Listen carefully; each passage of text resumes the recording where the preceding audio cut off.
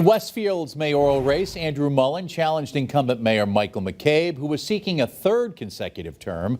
And with all the precincts reporting, McCabe will continue to be the mayor of Westfield. He beat Mullen with 73% of the vote.